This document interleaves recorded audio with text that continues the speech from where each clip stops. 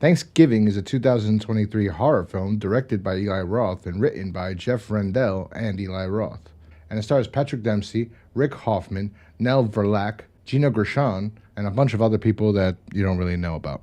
And it's a return to the slasher genre. This is truly a slasher film with the theme of Thanksgiving in the background, but it's just straight up a slasher film and a who is the killer type of movie. It's like I Know What You Did Last Summer, Scream. It's one of these prom nights, the original, or Halloween. Not Halloween so much, but it's a return to the slasher genre in the truest form possibly. Now, what do I mean? There have been slasher films that have come out previously, like, Scream 5 and 6 and a bunch of other movies out there. Like people would say Happy Death Day or Freaky or Totally Killer.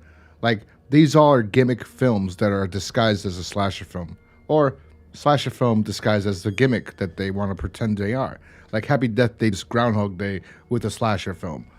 Freaky is Freaky Friday or whatever switch movie we've had in the 80s. There was a bunch of them with a slasher movie in there. Or Totally Killer is Back to the Future with a serial killer. So we've had just new gimmicks of slasher films because I guess they don't have strength that a slasher film could do well on its own anymore, or like the only ones that can are like Halloween or Scream. And Thanksgiving does a really good job at giving us back a slasher film. Now, before I start talking about the movie and what the movie's about, I should talk about how this movie came to be. And that's because back in 2007, when Grindhouse came out and they had those fake or Fox trailers before Planet Terror and Death Proof, there were, those little trailers. And this was one of the trailers. And to be honest, this was like the one I wanted to see the most.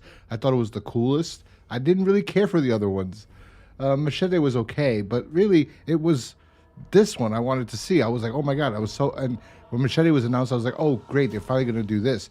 I don't know what happened. I didn't look up the history of what Eli Roth had to go through to get this movie made, but obviously it took a very long time, and he finally got it made, and he recreated a lot of the scenes that are in the trailer. So that's one of the cool parts about the movie, actually. Looking back at the old trailer, I started seeing, oh, wait, that was in the movie. So he recreated a bunch of stuff. I think whoever his co-writer was touched up a bunch of stuff, and they made the script actually 100 times better than what Eli Roth was going to do with it. So that's a positive because there are elements of what Eli Roth would have done with it. And I mean that, I say that because we've seen his previous works and there's signs here. And I'm like, oh. But let me get to what this movie's actually about. The film opens up in Plymouth, Massachusetts in 2022, where a bunch of people have gathered for a Black Friday sale at this local store that's like a Best Buy or Walmart or Kmart called Right Mart. And these group of teens, led by the daughter of the owner of the Right Mart, named Jessica, decide to go to the store. And I don't remember literally why. I think somebody wanted to pick up something or get their free waffle maker, because that's what one of the big things was. Everybody wanted this free waffle maker. So they decide to go over there, and they see all these people going crazy, standing there waiting for so long, getting upset. And they manage to go around them and just walk right in because the daughter of the owner is there. And there's a rival team there because the daughter is friends with all the jocks. She's one of the popular kids in the town. And there's another group of teens that are there that are the opposite opposing town that they feuds football team. And they see them and they start cursing each other out, the two groups. And the kids finally get inside and they start like making gestures and things, like telling them to go screw themselves. And the other town gets a little rowdy and rowdies up the crowd that's been waiting there for a long time anyway, even more. And they rush the store and a riot ensues. And it's crazy and a bunch of people start dying. And it was pretty good already. That was a good opening. But I was like, what the hell is going on? Like, how is this to start? And then that's what we see after all the mayhem occurs 1 year later. And 1 year later, somebody's out there and seeking revenge for what happened and blames these teens as the main reason. Because if they didn't go in, the crowd wouldn't have gotten more rowdy and the riot wouldn't have happened. If they would have just waited till everyone rushed and got their free waffle makers, might not have caused this traumatic and dramatic scene where I believe multiple people were murdered, including one of the manager's wife. And at the same time, Jessica's boyfriend, I forgot his name, Billy or Bobby? Yeah, Bobby. So Jessica's boyfriend, Bobby, was like this, I don't remember if he's a baseball player or he's a football player. I'm assuming football because the other guys were football players. So I'm assuming he was a football player. I could be wrong, but because later somebody says something to him about baseball, throwing on with baseball. So I'm not sure. But this kid's the most popular kid, and he's Jessica's boyfriend. Everybody wants a picture with this guy because he's awesome. Let's say football, because football, that's the sport where people go crazy, really more for. So he gets injured, and he can no longer play football. And that's it. He just disappears. He ghosts his girlfriend. He leaves town, and he's just gone. He leaves everybody. He doesn't talk to them.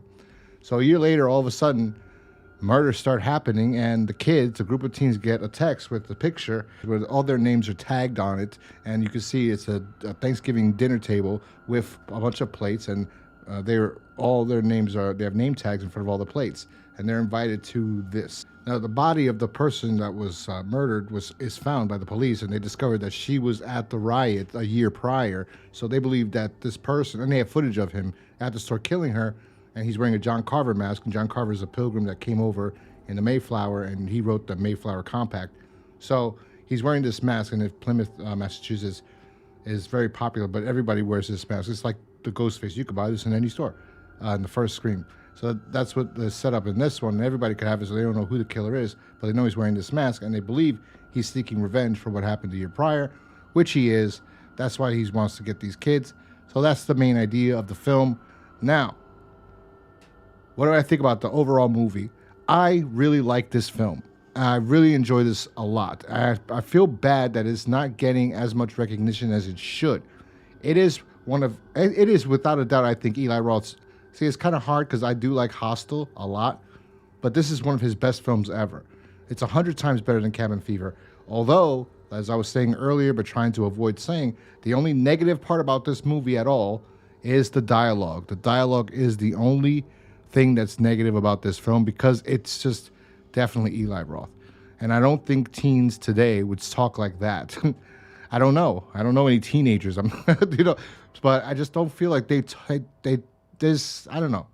It felt like a 2007 horror film, which was a good thing for me. That's what I liked. It felt like an old school horror film. It was great. I really enjoyed this a lot. This was a really good movie. And it felt like it wasn't so much the nostalgia because people are using social media and things like that, but the dialogue, meaning like it's definitely Eli Roth's dialogue. If you've watched Cabin Fever, you know exactly what I'm talking about. It's the way they talk. But besides that, other than that, the story, the structure is really good. It's a really good horror movie, and it's not as gory as Hostel, but it's Eli Roth, so it's still gory. And it's good. It's great. I really, really, and a lot of the kills are cool. And they reenacted a bunch of stuff from the trailer, as I said earlier. Some stuff I didn't think how they were going to do it, and they managed to still do it. One scene in particular, which they do. Yes, they do. It's really good. This is a really good movie. And I feel bad because I don't feel people are going to go see it, mainly because of Eli Roth, maybe. Because, I don't know. His track record hasn't been great, but this is his best film. I really like this film. Although I haven't seen the Bruce Willis Death Wish he did. But I really like this movie, and I definitely think people should go check it out. As I said, the only negative is the dialogue in some parts, not the entire film. And it's a really good slasher movie. It's a traditional slasher film, and I like it a lot. It's really great. Listen, if you're going to go to the movies, don't go see some garbage. Check this movie out. It's a good movie. It deserves your attention. I really enjoyed it. I'd give this movie a 4 out of 5 stars. The only reason it's 4 out of 5 is because of the dialogue. That's the only negative part about the film in certain aspects. But a 4 out of 5 is a great review. So yes, definitely check this movie out. I highly enjoyed it. I think it was fantastic. The only other thing negatively was probably the some of the teen actors, but not everybody.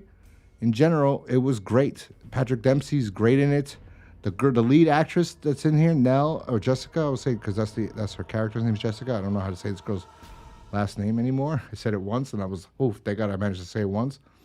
She's really good in it, too. And even Bobby, I like him in the movie, too. There's some characters, too, that's just Eli Roth style. So that's why it's 4. There's some characters are like, what is this person doing in this world? What is this Eli Roth's world? So, but yeah. 4 out of 5 stars. It's a great movie. You should definitely check it out. one of the best horror films of the year, I think. So, yeah.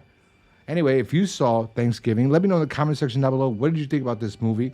If you like this video, please hit that like button. And if you're new here, think about subscribing as well. Anyway, I will talk to you guys next time. Peace.